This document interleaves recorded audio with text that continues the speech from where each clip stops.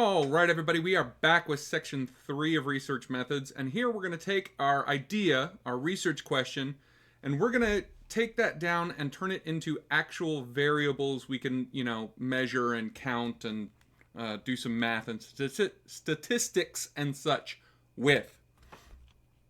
So, the process is we get our research question, and within that research question, we have a whole bunch of concepts.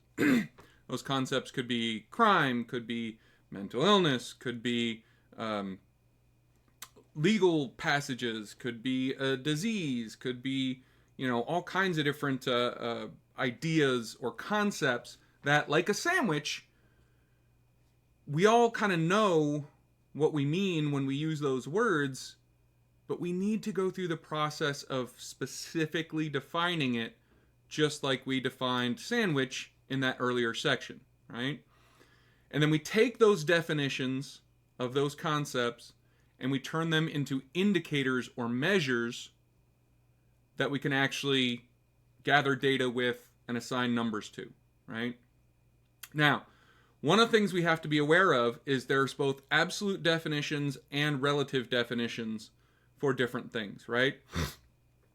So, one easy example to understand the difference here is things like poverty, right? So we could define poverty, at least in the United States or using United States dollars, as anybody making under a certain number, anybody making under $30,000 a year, right?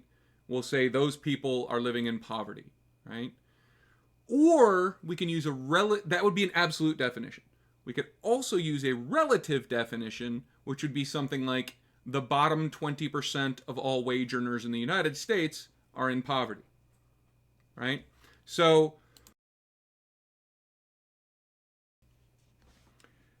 in that first case where we're defining it as under $30,000 a year, the percentage of the American people who are living in poverty is going to change over time and in different sections of the country and all those other processes. But $30,000 a year today is very different than $30,000 a year 100 years ago. So it's going to change over time. But the relative definition of poverty is going to stay roughly the same over time. But the exact amount of money you need to make to be considered either in poverty or not is going to change over time. But you're never going to drive poverty below that certain percent that you've set it to be, right? So you can't change the rates of poverty using the relative definition, whereas you can with the absolute definition. So each one of those different kinds of definitions are going to be useful for different reasons, for different research questions, for different ways of measuring things, right? Now, another thing I'm going to say right up front is that multiple measures are always better. If you have a certain concept that is difficult to operationalize and find a measure for, use multiple measures, right? So something like compassion, right? We want to know how compassionate some group of people are. Well, I can't just take a look at somebody and say, oh, well, you have a 12 compassion score, right? So what I need to do is assign some numerical something that I can measure that I think is linked to that concept of compassion. And I could do, number of hours per month that they volunteer with a charity, or how much money they give to charities, or I could give them a little questionnaire about how they would feel in certain situations to gauge their compassion. Those are all actual measurable things. But using all three of those is almost definitely going to be better and give me a more accurate picture of that person's actual compassion than using any one of the three.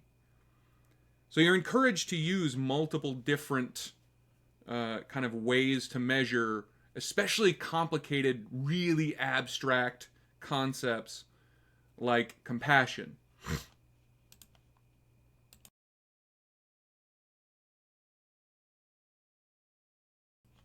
So, we have these concepts, right? They could be, again, in criminal justice, it's often crime or a certain subset of crime, like computer crime. It's often things like poverty or education or binge drinking, or, there are lots of these different concepts. And we want to explore how they're related to each other, right? We want to know how binge drinking affects drunk driving. Those are two different concepts, binge drinking and drunk driving. And if we want to study how one affects the other, we have to conceptualize it. We have to give really good concrete definitions of exactly what we mean by the concepts of binge drinking and drunk driving, or crime, or computer crime, or poverty, or whatever, right? We need to take that sandwich that everybody understands what we're talking about and give it an actual detailed definition, the way we struggled to do with sandwich. Now, this process of conceptualization, right?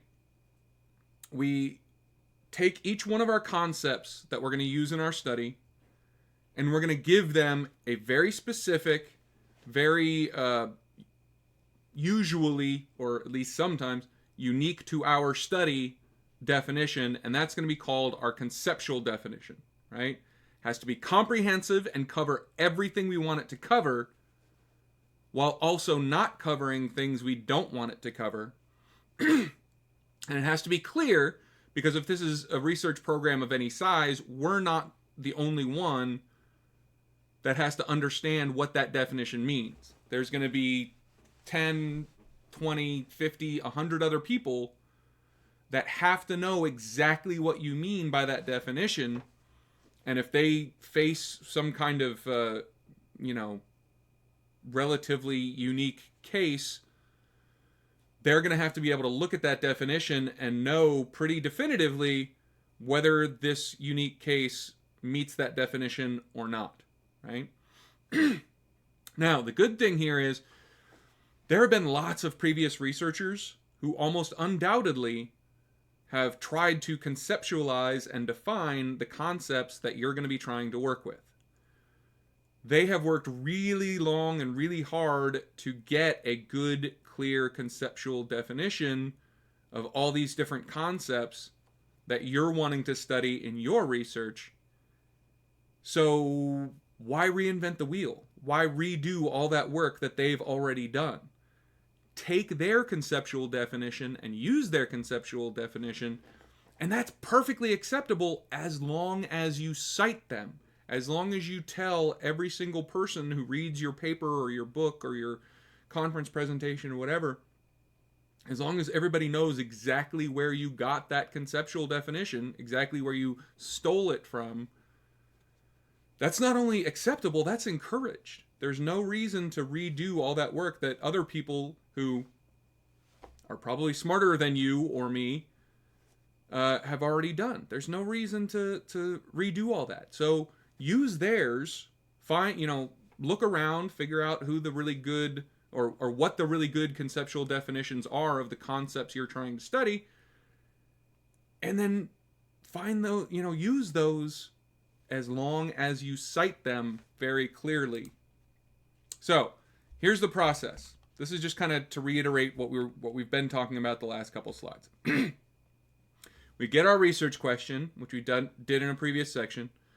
Then we're going to use a process that I'm relatively new to, but I really enjoy, called the statement of understanding, which we're going to talk about here in the next few slides. And then we're going to take those concepts that we've identified with our statement of understanding, and we're going to give them good, clear conceptual definitions. Okay? So here's how that statement of understanding works. We're going to take every research question that you have, and we're going to put it into this form. Understanding some topic among some population and its impact on some dependent variable, right? So, some examples. Here's our research question. We did that whole research question process from the previous section.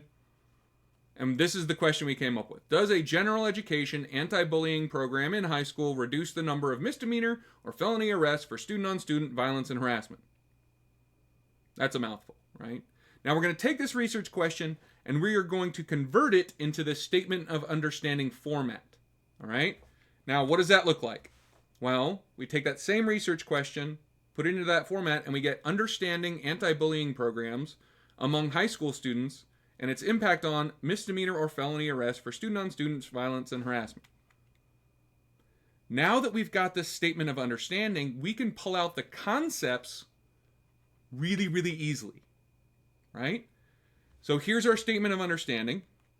What are the concepts we've identified in this statement? Well, anti-bullying program. We need to define that. What exactly do we mean by anti-bullying programs? High school students. It would, again, like a sandwich, this might seem really easy to define, but it's not. Student-on-student violence and harassment. Each one of these, and misdemeanor and felony arrest. So each one of these is something that we're going to need to give a good, precise, conceptual definition for. Let's do another example, okay? Here's our research question. How many people arrested for domestic assault or violence have engaged in binge drinking within 72 hours prior to their arrest? We use that statement of understanding process to convert that to understanding recent binge drinking among domestic violence arrestees and its impact on arrest rates. So now we pull out the concepts. So here's our statement of understanding. Our concepts are binge drinking, recent, domestic violence, arrestees, and arrest rates. We need to give a conceptual definition of each one of these before we can move on. So, for instance, recent. What do you mean by recent? Does that mean the last 10 years? You know, to a geologist, 10 million years ago is recent. So, do you mean 1 year? Do you mean the last 6 months? Do you mean, what do you mean? What exactly is recent? So, one more. How does the presence of untreated mental illness among incarcerated individuals impact recidivism rates within the first year post-release? Use our statement of understanding. We get understanding untreated mental illness among incarcerated individuals and its impact on 1 year recidivism. Okay? So, there's the same statement of understanding. The concepts there are mental illness, untreated, incarcerated individual, recidivism, and, we need to define all these. Recidivism is going to be especially difficult. Even out there in the published literature, there are many different kind of ideas or conceptual definitions for what it means to be a recidivist, right? Now, this research question, this statement of understanding, specifically defines recidivism at 1 year, right? So what percentage of all the people in this study are going to recidivate after 1 year of release from prison? But in other studies, sometimes it's 3 years, sometimes it's 5 years. So recidivism is, again, one of those things that's incredibly easy for us to understand, like sandwich, but much more difficult to define. And there is disagreement, even among the high-end researchers, on what exactly recidivism really means. So that's the process of conceptualization and pulling out our concepts from our research questions that we're all going to have to sit there and define very carefully, very specifically, to make sure we cover all of the instances we want to cover, but exclude all the instances we don't want to cover. We're going to go ahead and take a break.